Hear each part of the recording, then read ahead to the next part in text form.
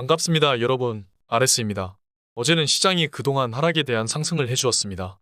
그동안 너무 하락에 베팅하는 투자자들도 많았고 상승이 없는 하락은 없기 때문에 어제 상승을 크게 해준 모습입니다.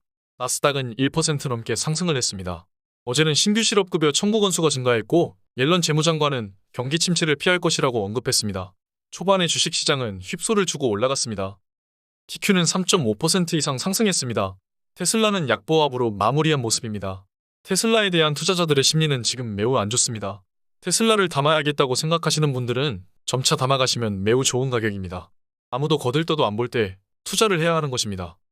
빅스 지수는 어제 오랜만에 하락했습니다. 2% 가까이 하락한 것입니다. 그동안 치솟았던 것에 대한 조정입니다.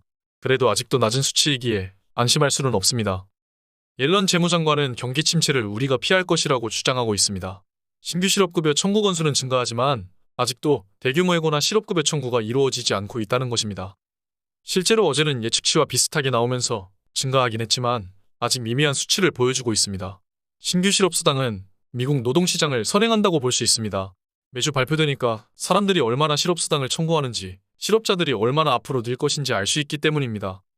지금의 노동시장을 한번 깊게 살펴보겠습니다. 현재는 물가 상승률보다 임금 상승률이 낮습니다. 그 말을 다시 한다면 실질적으로 임금의 상승으로 인한 인플레는 미미하다는 것입니다. 원래는 임금 상승률이 물가 상승률보다 높으면 그것은 소비 증가로 이어질 수 있고 이는 인플레에 안 좋은 영향을 미칩니다. 그러나 지금은 오히려 물가 상승률이 더 높기 때문에 임금 상승으로 인한 소비 증가 인플레는 지속적이지 않습니다. 하지만 지금의 임금 상승률은 목표치보다 높습니다. 그렇다면 노동 수요와 노동 공급을 한번 살펴보겠습니다. 지금의 시장은 코로나 때 정말 많은 사람들이 직업을 잃었고 일자리 수도 금융위기 정도 수준까지 없었습니다. 그때 많은 사람들이 죽었고 실제로 일자리도 잃었습니다. 그런데 다시 시장이 오픈되고 원래대로 일자리 수요는 증가했지만 노동 공급자의 수가 이전으로 돌아오지 않았습니다. 코로나 때문에 150만 명 가까이 사망했고 200만 명 이상이 조기 은퇴를 해버렸습니다. 코로나로 인해 자산이 급격하게 늘어났고 이에 일을 하지 않고 일찍 퇴직을 해버린 사람들이 200만 명이 넘는 것입니다. 이에 기업들은 더 좋은 조건을 걸고 이는 임금 인플레를 일으켜 임금이 상승한 것입니다. 한마디로 수요는 많은데 공급이 따라가지 못하는 상황이니 임금 인플레는 일어날 수밖에 없는 것입니다. 그렇기에 지금 침체가 온다는 상황에서도 사람들의 고용은 탄탄할 수밖에 없는 것입니다. 지표를 봐도 항상 고용지표가 탄탄해서 주식시장은 내렸습니다. 미국의 주택시장은 이미 엄청나게 하락하고 있습니다. 이례적인 하락이라고 봐도 무방할 정도로 극심한 부동산 침체 시기를 겪고 있습니다. 그 고집셌던 건물주들의 렌트비도 이제 엄청나게 하락하고 있습니다. 이는 주거비가 엄청나게 큰 역할을 차지하는 미국의 소비 물가에도 영향을 크게 미칠 것입니다.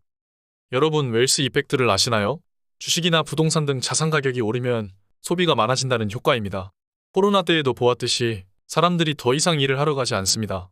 트럼프의 반이민 정책 때문에 이민자들도 급감했고 코로나로 사망한 노동자들도 많습니다. 그러나 그때 부자가 된 사람들은 이제 노동시장으로 돌아오지 않습니다. 이 사람들을 노동시장으로 다시 돌아오게 하는 방법이 하나 있습니다.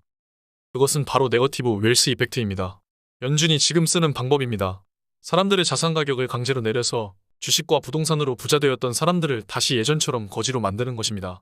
금리도 폭등시켜서 레버리지로 자산을 샀던 사람들은 자산을 팔게 해서 물가를 하락시키는 방법입니다. 연준은 기본적으로 주식시장을 그렇게 신경 쓰지 않습니다.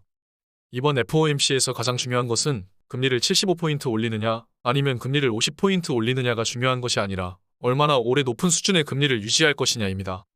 경기 침체를 피하고 얼마나 네거티브 웰스 이펙트를 적당히 일으켜서 인플레도 막아야 하는지 파월은 고민에 빠져 있을 것입니다. 코로나를 양적 완화로 잘 극복하고 경기 침체를 피하면서 적당한 금리 인상으로 인플레를 잡은 역대급 의장으로 남고 싶을 것입니다. 여러분, 지금 연준은 일부러 자산의 가격을 떨어뜨리고 있습니다. 여기서 우리가 해야 할 것은 그냥 무작정 연준을 비판해야 하는 것일까요?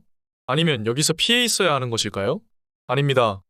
가치가 멀쩡한데 가격만 일부러 하락시켰다면 우리는 매수를 해야 합니다. 비싼 거품을 연준이 다 지워준 것입니다. 그렇다면 거품이 지워진 자산들은 우리는 가질 수 있습니다. 기회가 온 것입니다. 지금 죽고 있는 사람들이 승자입니다, 여러분. 내년에 그분들이 어떻게 되어 있을지 궁금합니다. 오늘 여기까지 하겠습니다. 감사합니다. 지금까지 목숨 걸고 레버리지와 테슬라 투자하는 RS 미국 주식이었습니다. 감사합니다.